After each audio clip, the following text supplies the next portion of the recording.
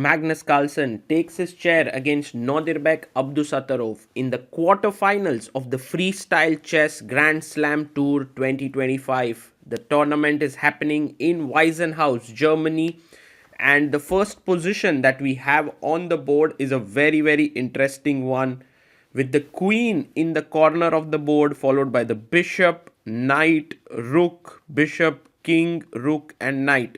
Freestyle chess is all about scrambling the pieces on the first rank. The players got 10 minutes to think before the game, and now both of them have taken their chairs, and you can see Magnus adjusting his pieces. He's thinking about what move he would like to play on the first turn. It's 90 minutes plus 30 seconds increment, so this is classical chess, and Magnus opens his game with f4. Very logical move, hitting the pawn on a7. So knight b6 seems like the most logical way to continue here, but Nodirbek plays f5. Very interesting. He's like, if you take the pawn and trap my rook, I will also take your pawn and trap your rook. Let's see how Magnus goes here. He's thinking and he chops off the pawn after 9 minutes of thought. So he's taken here. Now the rook is kind of trapped there, and black has to decide. Yeah, takes on a2. So if you take here, I'll take back, and then this rook is also trapped, so that would be equal. But Magnus, you can see, pours his water, and he understands that it's more important to open up the position. And the thing is here, fe4 might be the best move possible, and then Magnus would take rook e4 back. But he plays bishop b1, and that's a small inaccuracy. Why is that an inaccuracy? Is because now Magnus is not forced to take here on b8 instantly. What he's doing is he is trying to play with the other pieces. Here's a sample line. Takes, and g3 is a fantastic move here for Magnus. I don't know, he can take with the rook as well, but g3 is such a classy move, and it's very difficult to make such a move. But Magnus plays it. And his point is, after knight b6, he's not going to go after this rook. He's going to take this pawn, rook 8, and then take this knight, when actually white is clearly better here. It's insane how Magnus understands these little intricacies in the position. So Nodirbek plays c6. Now he wants to save his pawn. He could have tried to save it directly, but Magnus would have most likely broken up the center with a check coming in. It is looking very dangerous. So c6, and now how does Magnus Carlsen continue here is a big question.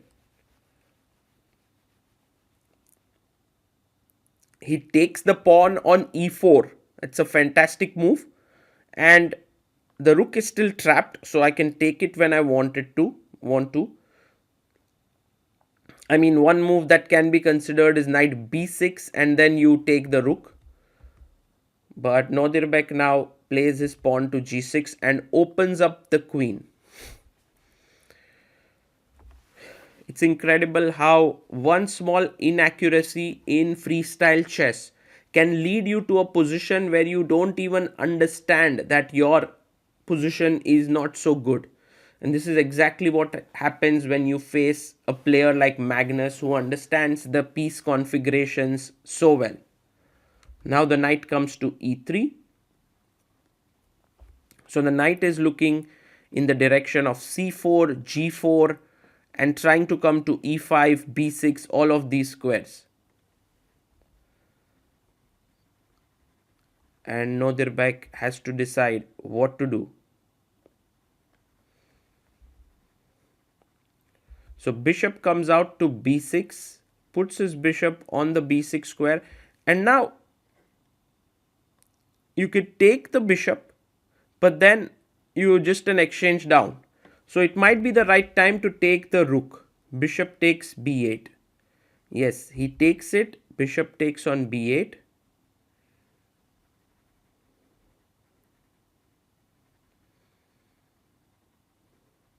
King takes. And now get your pieces into the game. So knight b3 looks like a good move, and Magnus finds it. So the knight comes. Freestyle, some of the things in freestyle chess are absolutely same as our standard chess, where you get all your pieces out in the opening. You do not wait to develop your pieces. Knight to b3, and Nodirbek also gets his pieces out. It's just that he has less space. He doesn't know how to put his pawns in the center. It's still a bit complicated. And now Magnus has a very strong move here, which is queen to b4, attacking the bishop and the pawn on e7.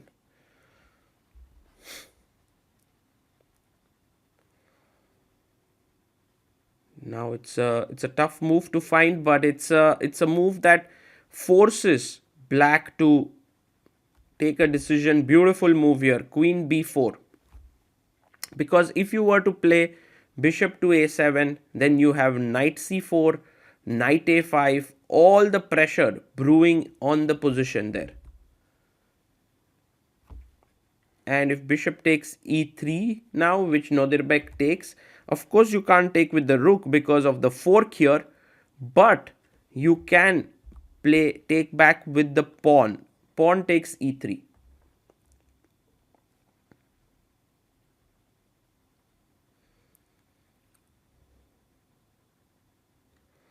Takes back with the pawn. Magnus likes his position, but now Nodirbek can make a very strong claim towards the center control with pawn push to e5, and he does it. Ooh, first knight e5. He doesn't play his pawn to e5. First he attacks the queen. The queen can decide where to go. It can go back to d2, but Magnus keeps it more active on a5, which is the correct place. I think the queen is well positioned here on a5. And now Nodirbek pushes the pawn to e5 right into the center of the board.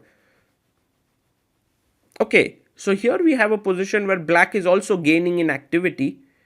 And what's the move that should be played? Bishop f3. That's a beautiful move here. And the point of this move is that if you push e4, it's going to help white. But if you don't push e4, let's say you go back knight c7, then suddenly my pieces are very active. So he pushes e4, and now you realize that actually this bishop can simply move back. And the main difficulty here for black is that his rook was going to be activated. Now this pawn limits it, while white has the open file here, the semi-open file. So his rook will go there. Nodirbek goes queen g7. The best move here now is pawn to c4. Step by step, Magnus is screwing the position, like, turning the screws on his opponent. The knight quickly goes back to f6.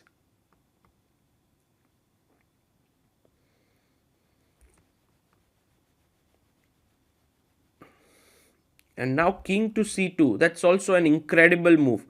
Just doubling down the a file when trying to checkmate the black king on down the a file. Queen comes to f7, attacking the pawn here on c4. You see the bishop isn't doing much on g2. So he simply brings his bishop back to f1. Classy chess here by Magnus Carlsen.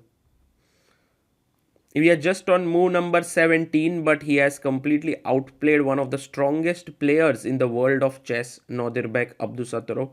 It also shows that freestyle chess is something that Magnus understands very deeply. d6 now. And of course, at this point of time, this is no longer freestyle or anything of that sort. This is just normal chess position.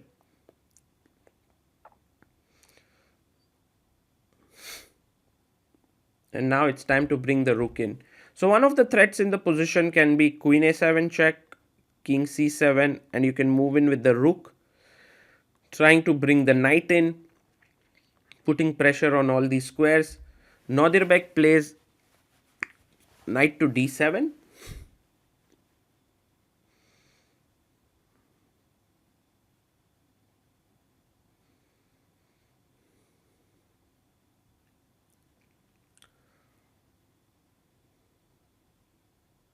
And Magnus plays his knight to d4. That's a very nice point. Let's imagine that you push your pawn to h5. The mating idea is take, take, check, king up, check. And this is already a checkmate that is taking place. So that's the threat. Knight comes to c5.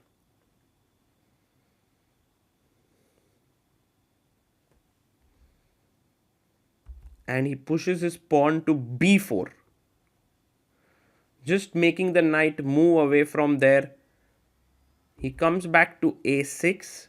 But now, can we go for like knight takes c6, b takes c6 and queen takes a6?